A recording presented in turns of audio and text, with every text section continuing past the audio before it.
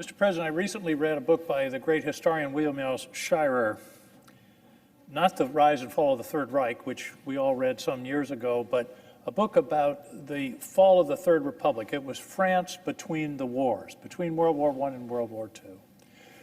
One of the most haunting parts of that book, more than a chapter, was about the failure of the European allies, particularly France and Great Britain, to confront Hitler in the late 1930s, when stopping him would have been relatively easy.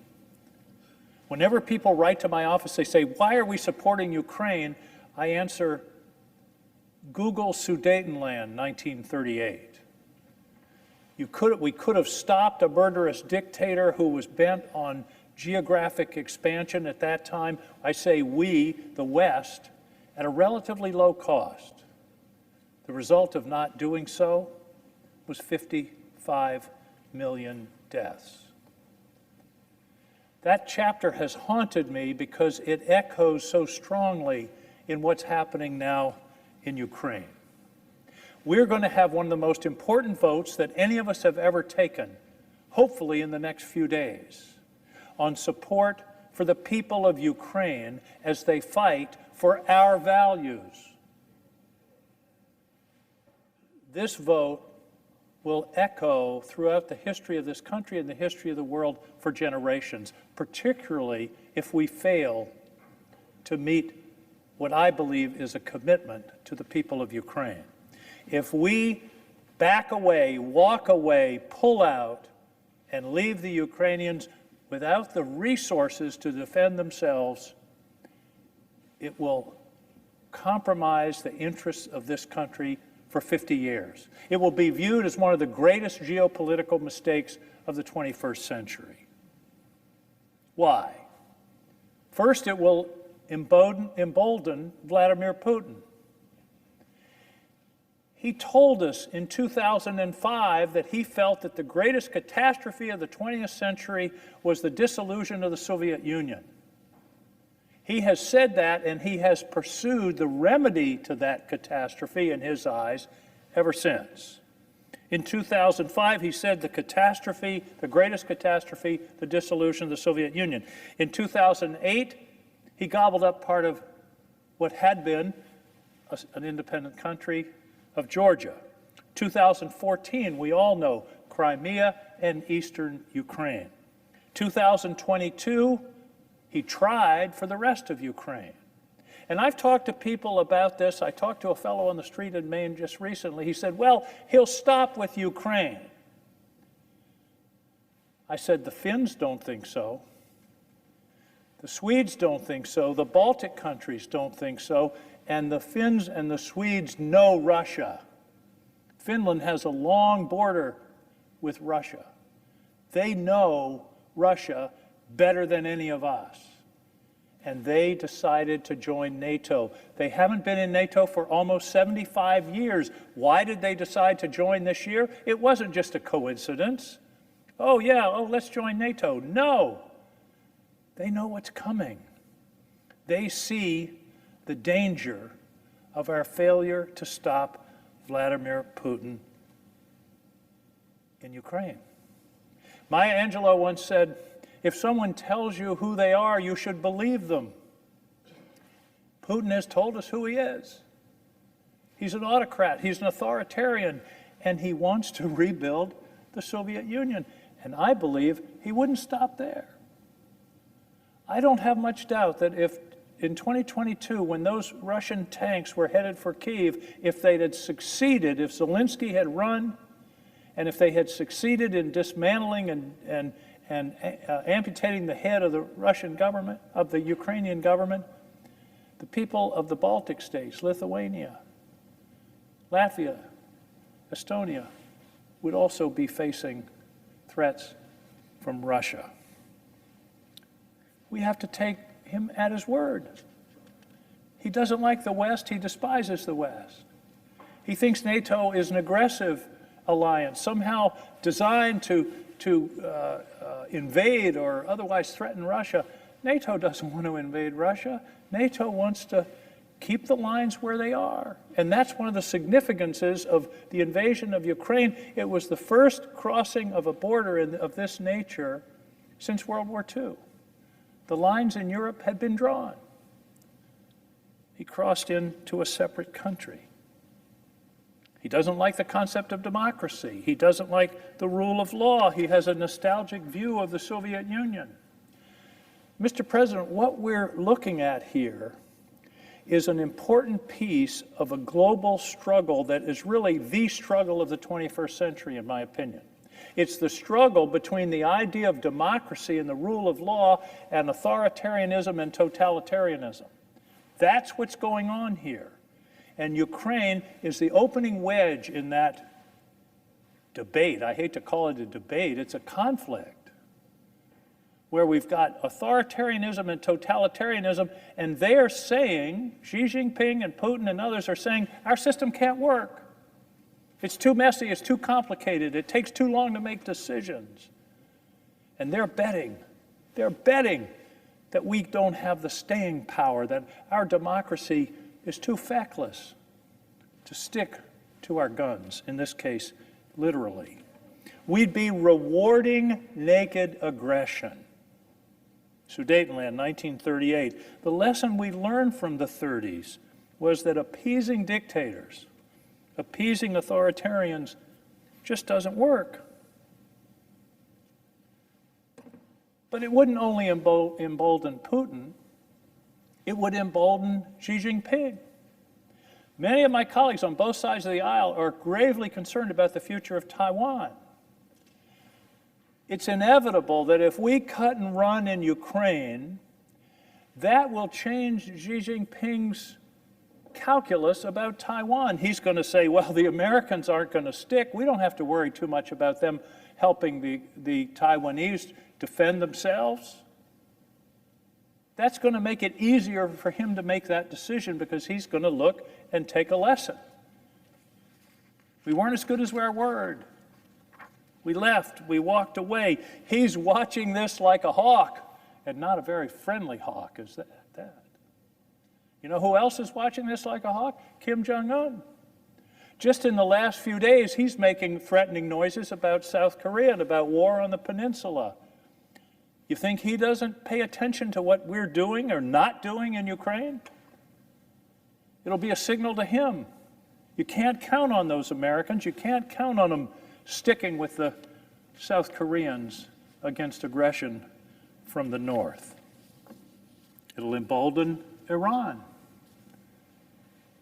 It will be the most, I hate to use the word catastrophe because that's what Putin used, but it would be a catastrophe for this country. It would also shatter the confidence of our allies in our commitments. Our asymmetric advantage in the world right now is allies. China has customers. We have allies. Russia has Iran and North Korea. We have allies across the world.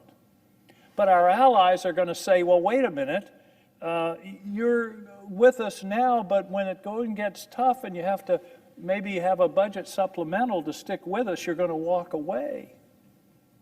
It's going to undermine the confidence of our allies, and in places like Japan and South Korea, they may say, we can't count on the Americans to defend us, therefore, maybe we better develop our own nuclear arms, for example. Maybe we can't count on the famous American nuclear umbrella, proliferation, heightened tension, a higher likelihood of these unthinkable weapons being used.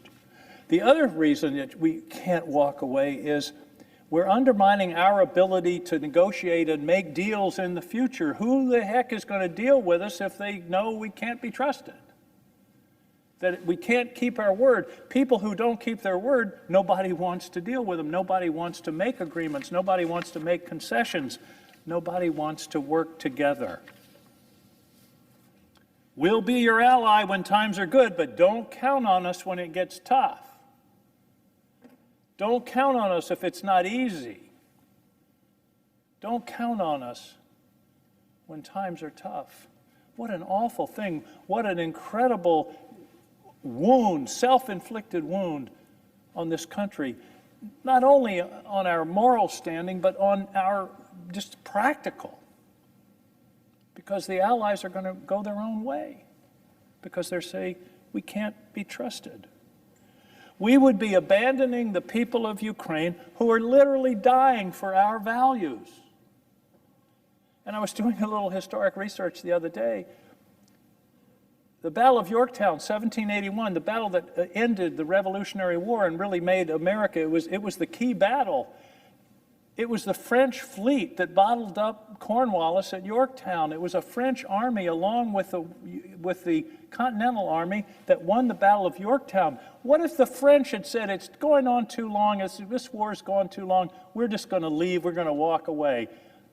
There's a reasonable chance we wouldn't be the United States of America today if our ally had walked away.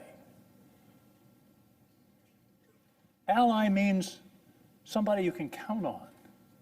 The whole idea of an alliance is that you can count on somebody when the times are tough. We're sending ammunition, they're sending lives. And by the way, there's not much doubt if we cut and run, if we stop, if we cut off aid, it would be very difficult for the Ukrainians to continue to defend themselves. Russia is a bigger country, it's got a bigger war machine, a bigger army, more wherewithal in terms of munitions. Let's not kid ourselves. We can't. If we walk away this week, it's highly likely that Russia will control Ukraine within a few months. We can't have this fantasy that somehow this isn't a big deal and it'll all get fixed. We're sending ammunition. They're sending lives. They're not asking us to fight their battles. They're not asking us to send troops. All they're asking is for the means to defend themselves. And by the way, most of the money that we're talking about here ends up going back into our economy for the arms and ammunition that we're sending them. It ends up back in our states, in our communities. What's another argument not to do it? Corruption. I hear this, corruption. I've been there. I spent an entire day in Kyiv, and my principal mission was, what about corruption? How serious is it? And met with everybody from Zelensky to officials that were running software to keep track of every bullet that goes in to their war effort. I'm satisfied that it's one of the best and strongest and most closely accounted for provisions of aid ever. Does that mean it's perfect or that there might not be a scandal here or there? I don't think there will be, but nothing is ever perfect. But I looked President Zelensky in the eye. My question was, if you have a scandal, Mr. President, it's going to kill us. We can't support you. And I didn't know what he was going to say, but his answer was, I know. And they are working on that. And by the way, another point that I think is important is who's supporting. I hear this, we're giving all the money. What about the rest of Europe? Well, actually, here's the chart of support for Ukraine. Here's Poland, and here's the United States.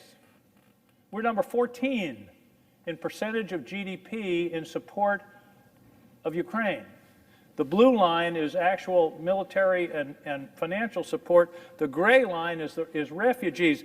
In Poland, they've taken in millions of refugees. They're in their schools, in their communities. They've made an enormous commitment. It's up to 2.5% of their GDP. We're at 0.3.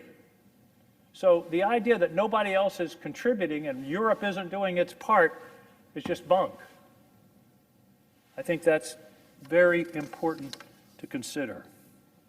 Mr. President, democracy matters. Values matter.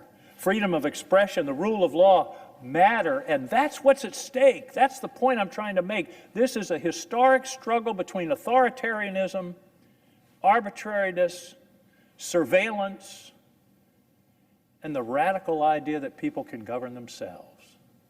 That's what this is all about. This is a battle for the soul of our democracy in the world. Democracy is an anomaly in world history. It's unusual. The norm is dictators, pharaohs, emperors, kings. What we're doing in this country is an anomaly, but it's a glorious idea. It's a huge, radical idea. It was radical in 1776. It had to be fought for in 1865. And it had to be fought for in the plains of Europe and the Pacific in World War II. It's worth fighting for. And in this case, we don't even have to do the fighting. We just have to supply the arms and ammunition. So I have a question for my colleagues. When the history of this day is written, as it surely will be, do you really want to be recorded as being on the side of Vladimir Putin? All those in favor of Putin say aye. That's what's at stake here. Or on the side of China as they contemplate the invasion of Taiwan. All those in favor of invading Taiwan say aye. No, we don't want that. But history is going to record this vote as one of the most important votes that any of us have ever made. One final note. My wife says I say finally too much, it gets people's hopes up, but I'll say finally. People say, well, secure our border before we worry about Ukraine's border. Okay. A group of the best of our Senate have been working on that for months. Apparently they've come to an agreement. I'm told by those who know that it's the strongest border security legislation in something like 40 years. So we got that. You want to secure our border before we do Ukraine? Hey, we can do them both in this bill. We can do them both in this bill. And if we don't do the border now, who knows when this opportunity will come again. The dictators are betting we can't do it. They're betting against our system. They're betting that democracy can't work, that we can't make tough decisions and tough commitments and live up to them. I want to stand on the side of resisting authoritarian, on the side of democracy, on the side of the values that the country has stood for and that people have been fighting for 250 years. There's a wonderful hymn that we sing in my church, and it starts out like this, and it just seemed to me fit this situation so well. Once to every man and nation comes the moment to decide, in the strife of truth with falsehood, for the good or evil side. This is our moment. Once to every man and woman and nation comes the moment to decide. On December 1st, 1862, in the midst of the Civil War, Abraham Lincoln came to the Congress. And he was trying to shake them out of the politics. And by the way, politics is what we're talking about here, politics, to focus on the crisis of the Civil War and what it really meant. And he wanted to bring home to the members of Congress, and here's how he ended that speech. December 1st, 1862, here's what Abraham Lincoln said. My fellow citizens, we cannot escape history. We of this Congress and this administration will be remembered in spite of ourselves. No personal significance or insignificance can spare one or another of us. The fiery trial through which we pass will light us down in honor or dishonor to the latest generation. The fiery trial through which we passed will light us down in honor or dishonor to the latest generation. Mr. President, I deeply hope we choose honor. Thank you, Mr. President. I yield the floor.